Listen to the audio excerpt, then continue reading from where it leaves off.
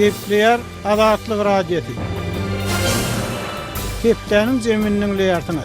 Kepleşikleri Pragadak studiýadan men Ýogşan Annurwan alyp barýaryn. Hormatly dinleýijiler, Azatlygyň web saýtyny bu hepde iň köp okuju we dinleýiçi çeken habarlaryň we gepleşikleriň başyny teke wagtlarda es satylanna ýakalaşyp boldy. Dollaryň hümmeti 3 ay içinde gara wagtlarda 3-den bire aşaklady. Bahalar artdy diýen atlan çap edilen habarlar we gepleşikler çekýär. Bekre söwdasy görülmedik derejede erkin, ilatda pul ýok. Balyklar zaýa bolýar. Lewapda karantin çäklendirmeleri gaýtadan güýçlenýär. Marda bazarlar ýapyklygyna galýar. Lewabyň büdje diýişgärleri greve garşy sanjym etdirmäge mezur edilýärden atlan çap edilen habarlarymyz hem bu hepde köp okurly. Azatlygyň dinleýijileri bu temalar boýunça efire berilen gepleşikler hem köp dinläpdirler. Şeýle de Türkmenistanyny döwlet diýişgärleri türkmen diliniň araçsalygyny berja etmeliligine atlan çap edilen gepleşigimiz köp dinlendi. Türkmen görnüşleri 49-njy hepde Aşgabatda Mozartyň, Lisztiň we Belliňiň saallary ýanglany diýen atlan çap edilen foto sergilerimiz hem köp tombaşaçy çekipdir. Hormatly dinleýijiler, Azatlygyň berýän habarlary, gozgoýan temalar bilen baglykda öz pikirleriňizi aýtmaga, Azatlygyň azat pikir aýtmak mümkinçiliginden peýdalanmaga çagyrýarys.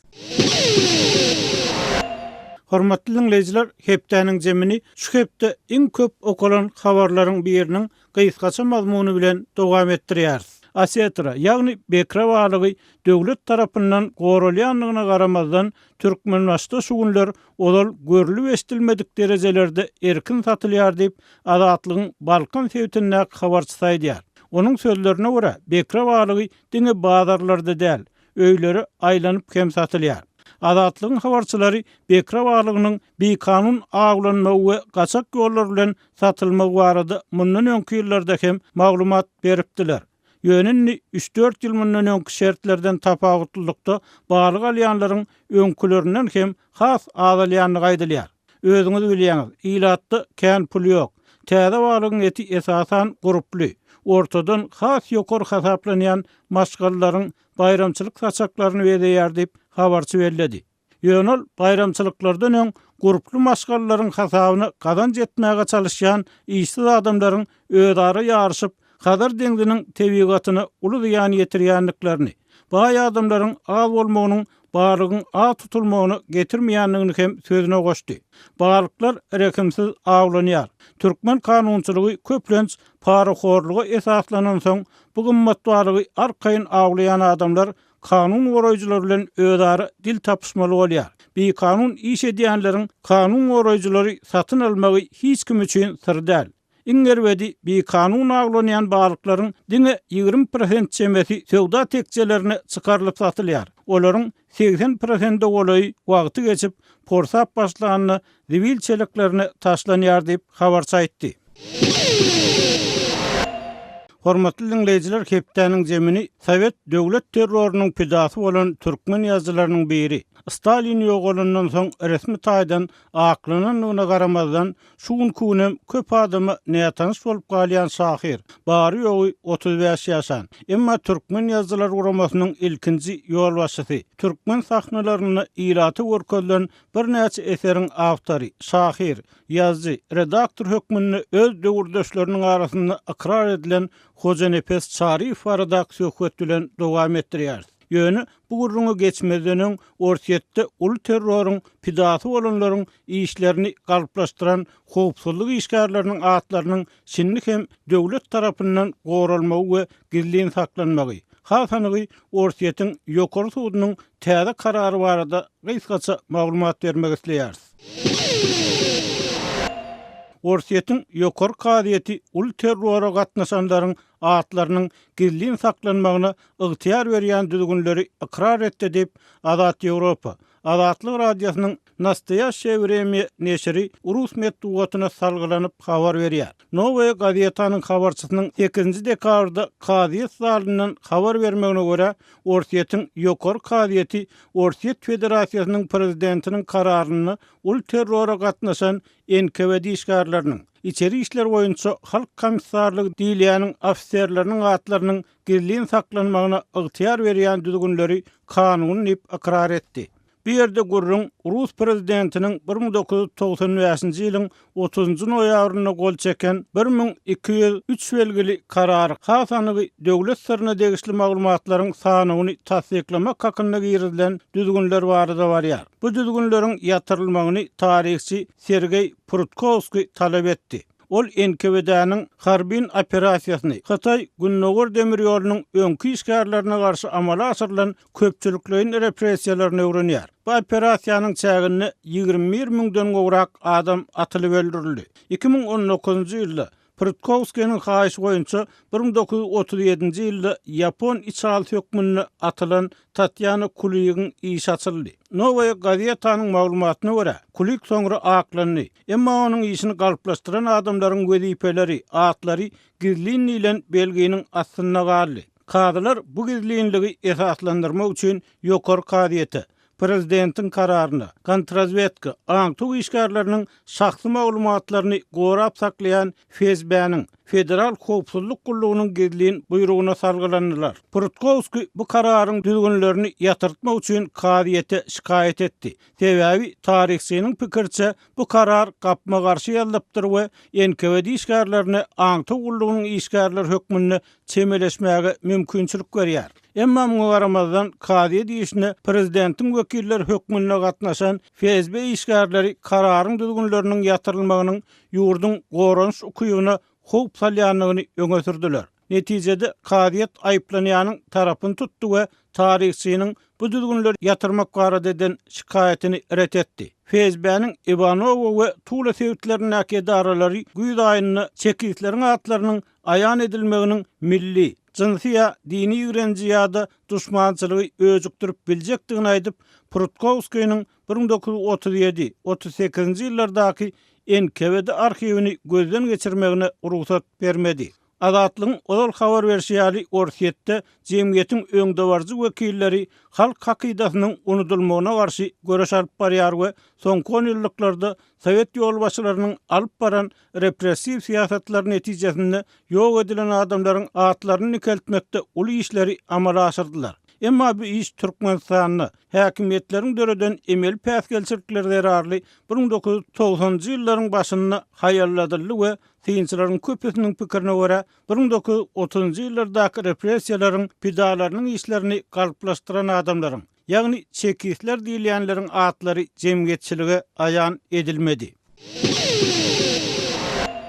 Gepler Azatlyk radiosi. Hepdäniň jemininiň ýarsyňyz. Men ýaşynda döwlet terrorunyň pidasy bolan 1941-nji ýylda mundan 80 ýyl odal ýogaran gaýdylýan Hoca Nepes Şaryp ilki demir ýol ustahanasyny işleýär. Bolşeviklerin siýasatyny gollap 26 ýaşynda partiýanyň hataryna girýär. Yer su reformasyny geçirmäge gatnaşýar. Daşkentde jurnalistika ugrundan ýokary bilim alýar. Gazet jurnallary redaktorlyk edýär. Onlarça eser döredýär. Terjimeçilik edýär. Emma partiýanyň siýasatyny eserlerinden görnüşine görä çyny bilen gollanygyna garamazdan öz agdalarynyň ýaryny golaýyny ýok eden kommunistik partiýanyň eli bilen ýok edilýär. Şahyryň ýzyny göwreli aýaly we ikowly ananyp ýazan eserler galýar. Staliniň şahsiýet kultunyň tanqytlanmagy netijesinde aklananyna garamazdan Hoca Nepes Şaryp näme üçindir häzirçenlem kän ýatlanmaýar.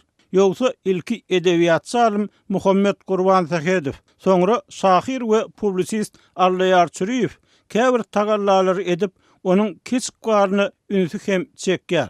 Şol wagtda türkmen ýazgylarynyň arasynda aşaklykdan edilýän gurrunlara görä Hoca Nepes bolşevikleriň adamlary bir-birine özlerine garşy galp görkezme bermäge mejbur edýän ýyllaryny iň mert çykan türkmen ýigitleriniň biri bolupdyr. Azatlyk şu we beýleki meseleler barada pikirini sorap Pragada ýaşaýan türkmen ýazgysy Hudaýberdi Halil bilen söhbetdeş boldy.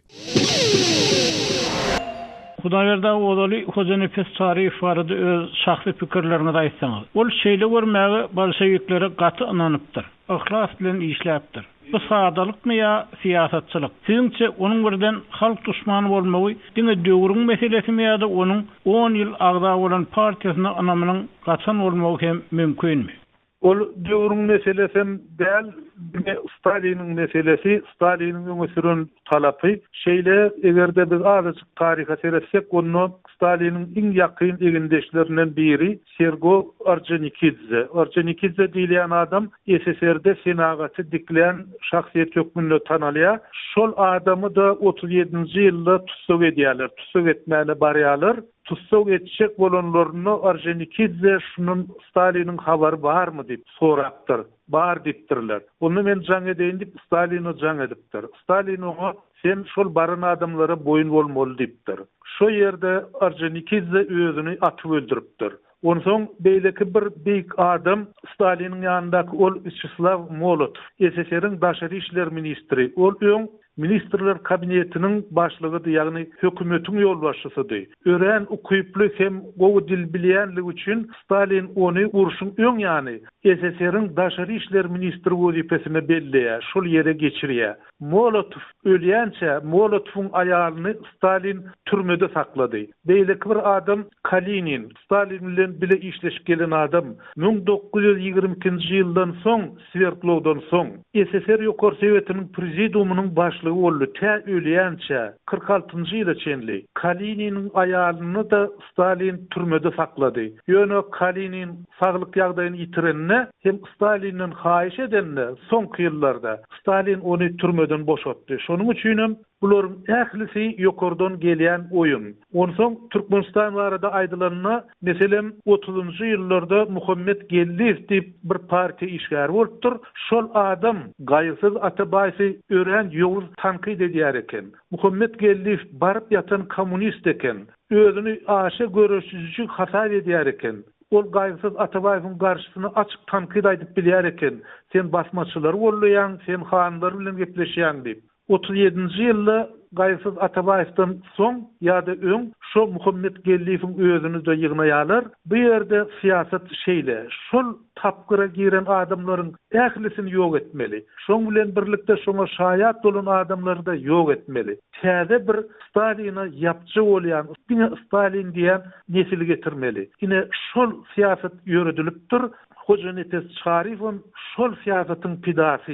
Şeýdem Hoca Nefes Sarif ýok edilipdir. Şimdi resmi saýdan aklanan şahirin aklanmazlygy ýa-da Türkmen edebiýaty hakyndaky umumy işlerde Hoca Nefes Sarif'in adynyň agdalmagy näme bilen bagly bolup biler? Bir inni Moskwadaky öňkü siýasat ýok. Türkmenistanda bolsa şo ýazgylaryň, şahirleriň arasynda pida bolan adamlar beýle bir köplük däldi, azlykdy. Bu näme üçin Hoca Nefes Sarif aly böyle şu ýatlanylmayan galan adamlaryň biri boldy ýa-da kän ýatlanylmayan adamlaryň biri bolup galýar. Şunu çenlik. Bir ýokarda oturanlaryň, ýagny şol döwürde ýurdu dolandyran kommunistik partiýanyň islegi diýip düşünýän, sebäbi Hoca Nefes Sarif 1956-njy ýyldan soň resmi taýdan aklansa da, sebäbi şondan soň Hoca Nefes Sarify halk düşmany diýmek bolanok. Onu akladylar. Ýöne ak kagyzyň ýüzüne ýazylýan dokumentlerde şol aklanma ýok. Meselem Hoca Nefes Sarif barada Türkmen Sovet ensiklopediýasynda berilen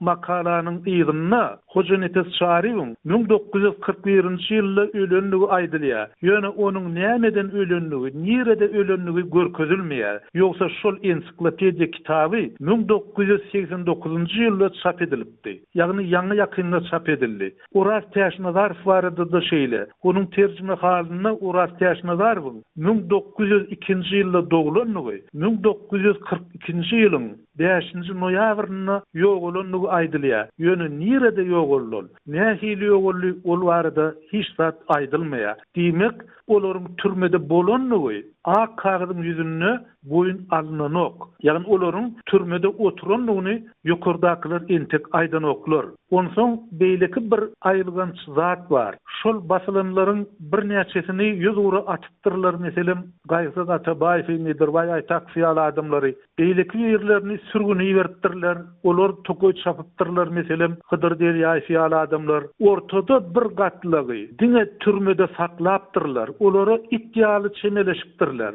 Olara hiç zat berilmeýändir. Olar iň soňunda ölenden soň şolaryň jesedini maslygyny çykaryp ýygnapdyrlar. Ine Hoca Nefes Şarifiň ölümem şolar ýaly bir agyr bir adamçylyga sygyşmaýan gelekçilik bilen tamamlanandyr diýip pikir edýän. Sebäbi Hoca Nefes Şari ýaş, gujurly adam. Ol nädip ölýär? Demek ona gaty erwe çemeleşilen üçin belki açlykdan, belki keselden gara bir adamyň bir garaşyk etmedik ýerine ölen bolmaly. Ine şol maglumatlar aýdylanyp, şol faktlaryň üstü açylanyp, hatda iň soňky çykan ensiklopediýada da şol Hoca Nefes Şarif türmede öldü diýilen ok. Hökümet resmileri şonu boyun alan oklar. Şonuň üçin hem Hoca Nefes Şarifiň ady köpçülige ýaýrap bilen ok. Hudaýerda siz bir gurrunçylykda Hoca Nefes Şarifiň Zühre Tahir destany esasynda ýazylan sahne eseriniň tapylysyny ýatladyňyz. Biz Atogowsudyň yer ýykylanyna iten Perman romanynyň soňra tapylysyny eşdenem bolsak, Hoca Nefes Şarifiň Bazar Amanowyň ady bilen sahnada goýulan eseriniň tapylysyny bilmeýärdik. Belki bu barada adatlyň dinleýijilerine hem gurrun berersiňiz.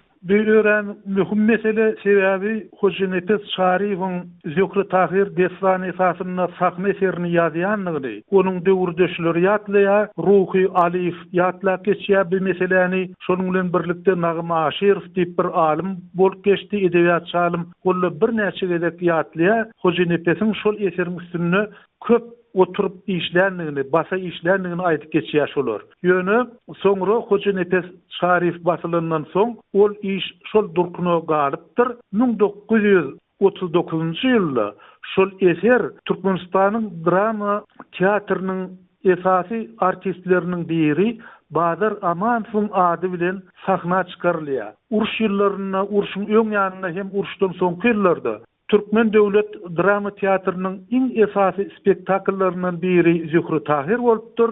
Şonu görkezipdirler, hatda owa ýerlerine alyp gidipdirler. Şol meniň ejem gurrun bererdi, Zühre Tahir'i getirdiler. Biz şoňa tomoş etdik diýip tutuş owa bolup. Ýene şol eserden, şol sahnadan bir zady gaty geň galyp aýdardy. Tahiri sandyga salýarlar, soňky sahnada Tahiri sanlykdan çykaranlaryna Tahiriň ýüzi sarılıpdyr diýär. Ejem şey diýär. Belki ol çyranyň ýagtysyndan şol döwürdäki berilýän ışykdan şeýle bolandyr diýip pikir edýän. Sebäbi ýüzüni ütgöder ýaly grim eder ýaly ol ýerde şert ýok, olar ýaly bir güýçli artistim ýok. Ýöne şol eser halkyň hakydatyna aňyna galypdy. Şol sahna eseri de Bazar Amanowyň ady bilen ýaşap geldi. Soň olar aklananna 60-njy ýyllarda edebiyatçy Muhammed Gurwan Sehedow Hoca Nefes Şarifi öwrenli. Onuň arxiwini açanna Zühre Tahir pyesasynyň gol ýazmasyny tapypdyr. Soň şol gol ýazmany Bazar Amanowyň ýanyna alyp barýar. Bazar aga dünýä hili şu eser sizinkimi ýa-da Hoca Nefes Şarifiň diýip soraýar. Şonna Bazar Amanow aýdypdyr. Bu eseri Hoca Nefes ýazdy, taýýar etdi. Biz onu sahna çykarjak bolduk. Şol döwrüm Hoca Nefesi halk düşman diýip ýygnadylar. Ýöne bizim elimizde duran taýýar zat bolan üçin men oňa öz adymy goýdum. Şeýdem şuny çenli men adym bilen şu eser geldi diýipdir.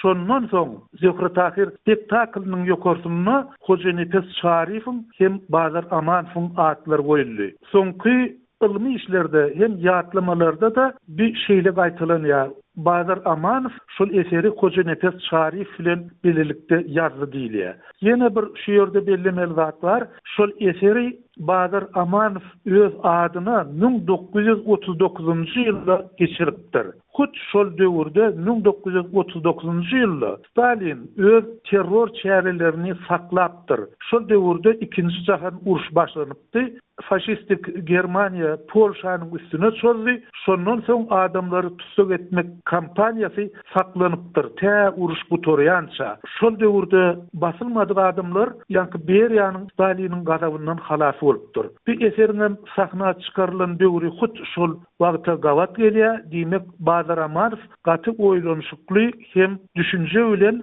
şoňa öz adyny goýupdyr. Ýagny 39-njy ýylda şol eseri öz adyna geçiripdir. Hudaýberdi şu Hoca Nefes Şarifiň mertligi barada görüň etsek. Bilşimiz ýaly Sowet Bolşewik kanunçylygy zorluk sütemi bay. Ol ulgamda adamlary döwmekden aňsat zat ýok we aýplanýan adamlaryň öýlerine garşy galp görkezme berýärler. Şu günlere çenli bu ýagdaý goşadyrnak içindäki adalat dawarlandyrmak ýörgünli usul bolup galýar. Hoja Nefes özüne eginleşlerine garşy görkezme bermändir diýilýän gurrunçynmy? Şeýle zat bolup bilermi? Bu hakykatdan hem çyn sebäbi bizim ýoldaşymyz tarih ilmläriniň kandidaty Şöhrat Kadirov 90-njy ýylda Moskwaga gitdi. Tä daşary ýurdu çykýança Moskwada ýaşady. Şol döwürlerde meniň Şöhrat bilen gowy ara gatnaşygym bardy. Onu men Türkmenistan bilen belli bir derejede baglanyşdyryp durýardym. Barmaly adamlaryň ýanyna barmaly ýa-da bir hat petek gerek bolsa şol işlerine kömek etdim. Soň men Moskwa baranymda Şöhrat meni çağırdy öz ýanyna. Şonda onuň näme iş edýändigini soranymda partiýanyň tarih arhiwine girýändigini, şo ýerde dokumentleri öwrenýändigini aýtdy. Şol işlerinden belli bir bölükler çap boldy. Meselen Şöhrat Kadirowyň gaýgysyz Atabaýew baradaky işler çap boldy. Şol gurrunçylykda olmaňa bir geň sorak berdi. Sen Hoja Nefes Şarif diýilýän ýazgyny tanaýanmy diýdi. Men tanıyanlyk maydanymda şol adam gaty geň eken, şol döwürde 37-nji ýyllarda adamlar biri-birini ýamanlapdyrlar. Biri-biriniň üstünden hapa döküpdyrlar. Biri-biriniň üstünden arda ýazypdyrlar. Şol ardalar, şol ýazylan töhmetler arhiwde doly. Ýöne Hoja Nefes Şarifiň adyndan hiç bir arda ýok. Şol hiç kimi ýamanlamandyr diýip geň galyp gurrun berdi. Ine şol fakt bar. Hoja Nefes Şarifiň elbetde türmede özüni nähil alyp baranlygy belli däl. Sebäbi oňa şaýat ýok. Tapmagym negerem kyn bolsa gerek. Ýöne gol bilen ýazylan zatlar. Ol arhiwde dur. Ol onuň gidýän ýeri ýok. Munyň özü fakt. Şonu tarihçi Şöhrat Kadirov Hoja Nefesiň şeýle mert adam bolandygyny, hiç bir ýoldaşyny satmadygyna gaty geň galyp maňa gurrun berdi. Hudaýberdi soňky soragym, Hoja Nefes Şarif ýaly Türkmen Sowet şäheriniň ömrü dörejiligi şu günne öwrenilmelimi ýa-da häzirki ýaly gözden salynmalymy? Ol gerekmi ýa gerek däl? Gerek bolsa näme üçin gerek? Ol öwrenilmeli, hökman öwrenilmeli. Sebäbi şu mesele gelinende men bir ýagdaýa hayran galdym. Biz mektepde okuýakak, bizim fizika muallimimiz geňzat özü fizik bol. Maňa sen diýdi, Gorkul Tehrany okudyňmy diýdi. Ýok, onu sen şol kitaby oku diýdi. Onuň salgy beren okulwasyndan men Gorkul Tehrany tapdym. Ol barıp öňkü latin elifbisinde ýazylan, uruşdan öň çap edilen kitap. Şol kitabyň başga sahypasyny ýyrtyp aýrypdyrlar. Kimiň terjime edeni beýleksi ýok. Ýöne tekst bar. Şol kitaby ýygnap saklapdyrlar adamlar. Edil mesele Maýdaly Hydyr Derýaýewiň Garly Pençeden diýen romany gadaganlyga düşünden soň onu ýok edipdirler. Onu saklayan adamlar gaty berk ýaşyrypdyrlar. Ýöne Gorkul Tehrany ýaşyrman okak gelipdir adamlar. Şonu maňa beren okulwa müdiri, şunu özüň oku, habardar bol, ýyrtylaýmasyn kagazlary köni, soň ýene getirip meniň özüme ber diýip tapşyrdy. Halk arasynda şonuň terjimesine şeýle uly söýgi bar eken. Indi men diýjek bolýan, soňra Kaziminiň Gorkul Tehran romany doly çap edildi. Ol 2 kitapdan ibaret. Ýöne birinji kitaby Hoja Nefes Şarifiň terjimesi bilen çykdy. Soňky neşirinde de. Ne şeýle ol adamyň gymmatly ýeri bar. Ýagny okuyjularyň bilmeýän, entek bir aňmaýan taraplary bar. Şonuň üçin Hoja Nefes öwrenilse, ol okuyjulara berilse gowy bolardy. Ýöne ýene bir iň möhüm ýetmeýän zat bar. Aşgabatyň Edil orta arasyna Ilham alleýasyny döredipdirler. Şol ýerde de ýazyjy şahyrlaryň heýkelleri goýulypdyr. Kerim Urwan Nepesowyň, Berdi Kerbabaýyň, Bekseytäkowyň, Ýylgy Durdiýewiň, Aşyrberdi Kurtuň heýkelleri bar. Şol ýerde şol Staliniň pidasy bolan adamlaryň heýkelini goýmak gerek. Şolaryň ýadygärligini döretmek gerek. Ol alleýada, Ilham alleýasynda diňe bir Sowet döwrüni wasp eden adamlary däl, eýsem Sowet döwrüniň pidasy bolan adamlaryň ýadygärligini dikeltmek gerek. Şoň bilen birlikde de geçen jahan urşunyna pida bolan ýazgylaryň heýkellerini goýmak gerek. Eger şolar goýulmasa, şol alleýada, şol taryh, şeýle jepa çeken adamlaryň hatyrasy diklenmese, onda beýlekilere Ilham alleýasyna şöhratly ornuny oturmak beýle bir gelişikli däl hasap edýän. Hoca Nefes Şarifiň ornuny ilkinji nowatda şo ýerde. Hudaý berdi hali söhbetdeşlik atnaşyp beren gurrunňyz üçin köp sag bolun. Sizem sag bolun. Hormatly dinleýijiler, şunuň bilen hepdäniň jeminiň nowatdaky sanynyň soňuna geldik. Gepleşiklerimizi dinleýäniňiz üçin köp sag bolun. Azatlygyň tolkunlaryndan aýrylmaň.